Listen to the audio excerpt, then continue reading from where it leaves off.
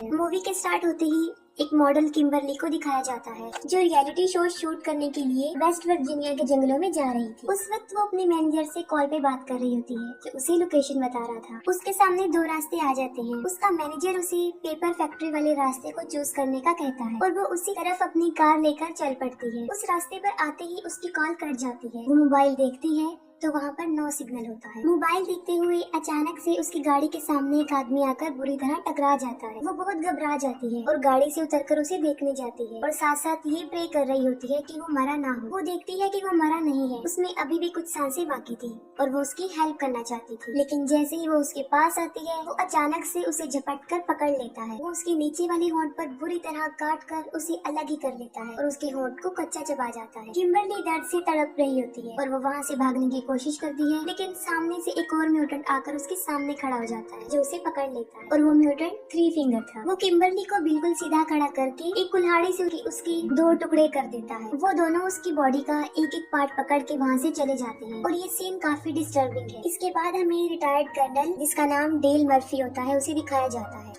और वो ही West Virginia के जंगलों में रियलिटी शो का होस्ट कर रहा है। उनके शो का नाम अपोकलिप्स होता है। इस शो में टोटल 6 पार्टिसिपेंट जिनमें किम्बरली जो वहाँ पर पहुँच नहीं सकी क्योंकि वो रास्ते में ही म्यूटेंट्स का शिकार बन चुकी थी। शो को माइकल नाम का एक लड़का डील कर रहा था और वही शो का डायरेक्टर था। वो सब शूटिंग के लिए रेडी हो जाते हैं लेकिन किम्बरली वहाँ पर मौजूद नहीं थी। इस पर माइकल डिसाइड करता है कि वो उसके बगैर ही अपने शूट को स्टार्ट करेंगे और वो शो की सेकंड प्रोड्यूसर मारा को कहता है कि 6 कंटेस्टेंट बन जाए और वो इस बात के लिए एग्री हो जाती है। वो पूरे जंगल में कैमरास फिट कर देते हैं ताकि सारे पार्टिसिपेंट्स पर नजर रख सके और साथ साथ वो पार्टिसिपेंट के ऊपर भी एक कैमरा लगा देते हैं। फिर वो शूटिंग स्टार्ट कर देते हैं। डेल उन लोगों को एक अजीबोगरीब टास्क दे देता है कि उन्हें जाकर जंगल में खाना ढूंढना है। उन 6 के 6 पार्टिसिपेंट्स को वो एक एक टीम में डिवाइड करते हैं। उन्हें सारे रूल्स बता दिए जाते हैं और इसके बाद उनका शो स्टार्ट हो जाता है। आरवी में उन लोगों ने जो कैमरा लगाया था उसके फुटेज में हम नील को देखते हैं जो उस वक्त टॉयलेट कर रहा होता है। तभी थ्री फिंगर पीछे से आकर उसे पकड़ लेता है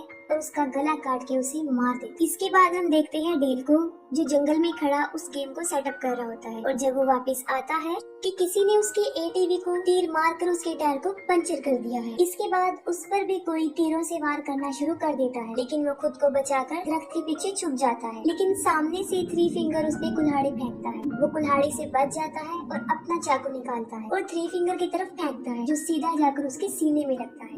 लेकिन थ्री फिंगर को उसका जरा भी असर नहीं होता और वो चाकू पर लगे अपने ही खून को लीक करता है और अचानक से वहाँ पर एक और म्यूटेंट आता है जो डेल को पीछे से मारकर बेहोश कर देता है। दूसरी तरफ माइकल जो टीम ए को शूट कर रहा होता है जो अपने चैनल को फेमस करने के लिए दुनिया को सर्वाइवल के अलावा और भी बहुत कुछ दिखाना चाहता था। लेकिन जेक इस बात से इनकार कर देता है। वो कहता है कि मैं ऐसा कुछ नहीं करूंगा क्योंकि मेरी फैमिली ने भी ये शो देखना है और ये कहकर वो वहाँ से चला जाता है। लेकिन इलीना ये मौका गंवाना नहीं चाहती थी और वो चाहती थी कि वो शो में सबसे ज्यादा नजर आए और इसीलिए वो माइकल को लालच देती है। नीना और मारा को एक टास्क मिलता है और वो टास्क ये था कि उन्हें रिवर के पास जाकर अपना वो टास्क कंप्लीट करना था। वो तेजी से भागकर रिवर के पास आ जाती है और मारा उस टास्क को पूरा करने के लिए आगे बढ़ती है और देखते ही देखते वो टास्क को कंप्लीट कर लेती है। लेकिन साथ में वो माइकल और इलीना को भी देख लेती है जिससे वो काफी डिसहार्ट होती है क्योंकि ये सब कुछ वो माइकल के लिए ही कर रही होती है। वो काफी दुखी हो जाती है जिस पर नीना उसे बहुत समझाती है। एम्बर और जॉन्सी को जंगल में एक बारबेक्यू नजर आता है और वो समझते हैं कि शायद यही उनका टास्क है और वो कपड़े की मदद से उसे वहाँ से उठाकर ले जाते हैं। मारा उस जगह को छोड़ना चाहती थी और वो चलते चलते घर के सामने आ जाती है। वो घर के अंदर घुस जाती है ताकि वहाँ से वो फोन ढूंढ सके। उस घर में उन्हें डी फार्म लोगों की पिक्चर भी नजर आती है जिसमें टोटल 4 लोग होते हैं। 4 लोग पापा, माँ, ब्रदर और सिस्टर जो कि बहुत खतरनाक म्यूटेंट्स थे। अभी वो पिक्चर्स देख ही रही होती है कि वहाँ पर कोई चिल्लाते हुए अंदर आ जाता है और वो दोनों छुपकर देखने लगती है और वहाँ पर माँ और सिस्टर होते हैं। माँ को डिलीवरी पेन हो रहा था। सिस्टर उसे टेबल पर लिटा देती है और वहीं पर वो एक बच्चे को पैदा कर। वो बच्चा बहुत ही ज्यादा खौफनाक था। नीना और मारा उस बच्चे को देख रही होती है। तभी सिस्टर की नजर उन पर पड़ जाती है। वो उन पर झपटने लगती है। तभी वो दोनों दरवाजा बंद कर देती है और एक बेड के सहारे से उस दरवाजे को मजबूती से बंद कर देती है। लेकिन बाहर से सिस्टर उस दरवाजे को तोड़ रही होती है और सारी विंडोज भी मजबूती से बंद होती है। वो काफी घबरा जाती है क्योंकि बचने का उनके पास कोई रास्ता नहीं होता। उन्हें कुछ समझ नहीं आ रहा होता कि अब क्या करें। तब मजबूरन उन्हें उनके टॉयलेट पिट से बाहर आना पड़ता है। वो दोनों अपनी जान बचाकर तेजी से वहाँ से भाग रही होती है, लेकिन पा उन्हें देख लेता है। वो एक कुल्हाड़ी उनकी तरफ फेंकता है जो सीधा आकर मारा के सर पर लग जाती है। नीना उसे बचाने के लिए वहाँ पर नहीं रुकती और भाग जाती है। पा वहाँ पर आकर मारा के सर से वो कुल्हाड़ी निकालता है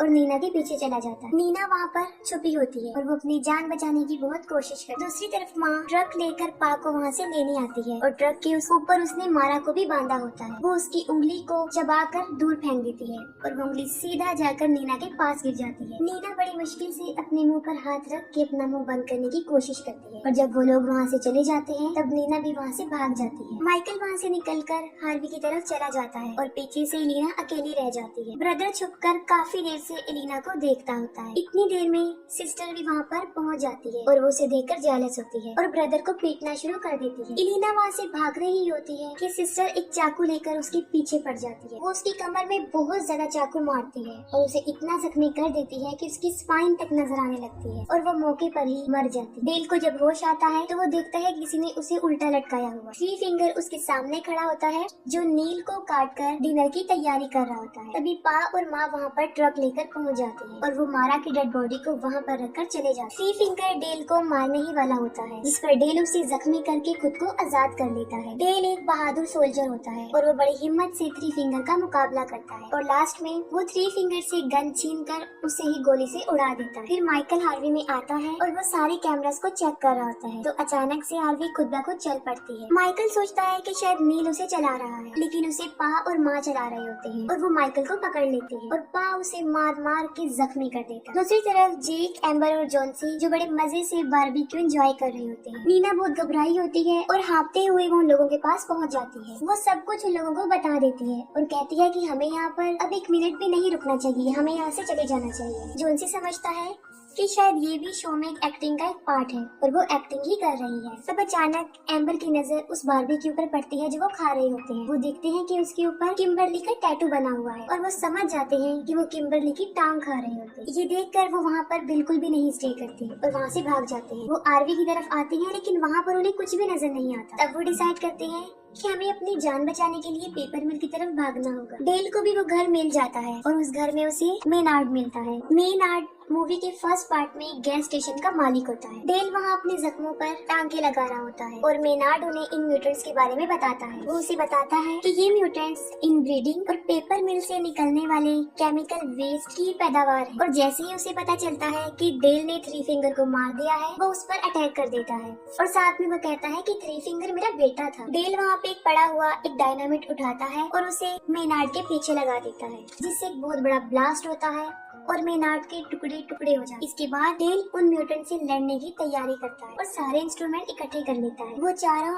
उस मिल को ढूंढ रहे होते हैं। तब जंगल से उन्हें किसी के चिल्लाने की आवाज आई और वो ब्रदर और सिस्टर होते हैं और जब वो दोनों उन्हें देखते हैं तो वो उनके पीछे पड़ जाते हैं। नीना यहाँ पर भी खुदगर्जी का मुजाहिरा करती है और वो वहाँ से तीनों को छोड़कर भाग जाती है। वो तीनों उनका मुकाबला करते हैं, उनसे लड़कर उन्हें मारते भी हैं और वहाँ से भाग जाते हैं। नीना भागते भागते एक गड्ढे में गिर जाती है और वो बाहर आने की बहुत कोशिश करती है लेकिन अंदर ही फंस जाती है। नीना एक सेल्फिश लड़की होती है, वो सबको मुसीबत में छोड़कर भाग ही चुकी थी लेकिन फिर भी जैक उसे ढूंढने का फैसला करता है। वो एम्बर और जॉन्सी को कहता है कि तुम दोनों मिल की तरफ चले जाओ, हम वहीं पर मिलेंगे और खुद वो नीना को ढूंढने चला जाता है। नीना की चीख सुनते हुए वो उसकी हेल्प के लिए भागता है। वो उसे ढूंढकर उसे बाहर निकालने में कामयाब हो जाता है लेकिन उसे बचाते हुए उसका शोल्डर डिसलोकेट हो जाता है। वहाँ पर उन्हें ट्रक की आवाज सुनाई देती है और वो वहाँ से भाग जाते हैं। भागते भागते वो ऐसी जगह पर पहुँच जाते हैं जो आखिरी किनारा होता है और उसके नीचे रिवर होता है। इतनी देर में सिस्टर भी वहाँ पर पहुँच जाती है और उन पर गोलियां चलाना शुरू कर देती है। उन लोगों के पास बचने का और कोई रास्ता नहीं होता और वो रिवर में ही कूद जाते हैं। एम्बर और जॉन्सी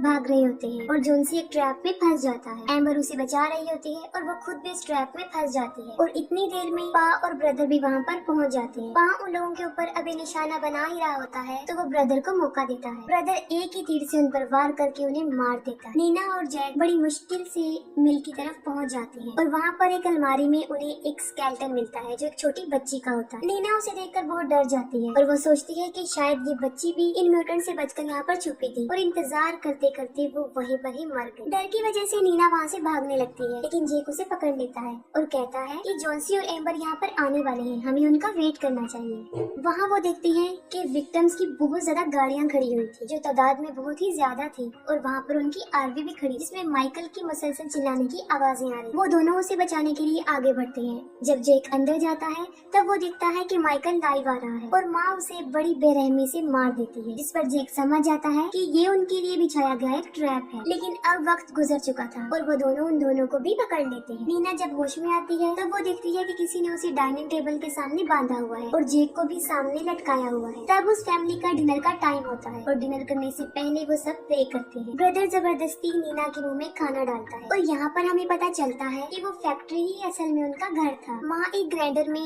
बचे हुए बॉडी के वेस्ट पार्ट फेंक देती है और वहीं पर डेल उसे छुपकर देख रहा होता है। डेल बाहर आ जाता है और उसकी मूवमेंट से आवाज पैदा हो जाती है, जिससे उन सबको पता चल जाता है। आवाज सुनते ही वो उसे ढूंढना शुरू कर देते हैं। डेल ब्रदर और सिस्टर को अपने ट्रैप में फंसाता है और उन दोनों को भी डायनामाइट से उड़ा देता है। अंदर नीना खुद को आजाद करने की कोशिश करती है और इतनी देर में डेल वहाँ पर पहुँच जाता है और वो उसे आजाद कर देता है। उसके बाद वो जेक को भी खोल देता है। तभी पा और माँ भी वहाँ पर आ जाते हैं और अपने बच्चों को टुकड़े टुकड़े हुआ देखकर वो दोनों पागल हो जाते हैं। पा डेल के ऊपर कई बार तीर से वार करता है, लेकिन वो एक स्ट्रॉन्ग इंसान था। माँ उसकी तरफ एक तेज धार वाला हथियार फेंकती है जो उसकी गर्दन से निपट जाता है और वो उसकी पूरी गर्दन काट देता है। उसे बहुत ज्यादा ब्लीडिंग होती है और मौके पर ही उसकी भी मौत हो जाती है। नीना बड़ी मुश्किल से उस मिल से बाहर आ जाती है, लेकिन गलती से जेक उस ग्राइंडर वाले रूम में चला जाता है। माँ और पा भी वहाँ पर पहुँच जाते हैं और जबरदस्ती उसे ग्राइंडर में फेंकने की कोशिश करते हैं। नीना को जेक की चीखें सुनाई देती है और अब वो उसकी हेल्प के लिए जाती है। वो पा की गर्दन पर बाइट करके उसका मांस उखाड़ देती है और जेक मारते हुए पा को ग्राइंडर में धकेलने की कोशिश करता है, जिससे उसका एक हाथ कट जाता है। एन वक्त पर माँ उसे ग्राइंडर से बाहर निकाल देती है। इतनी ही देर में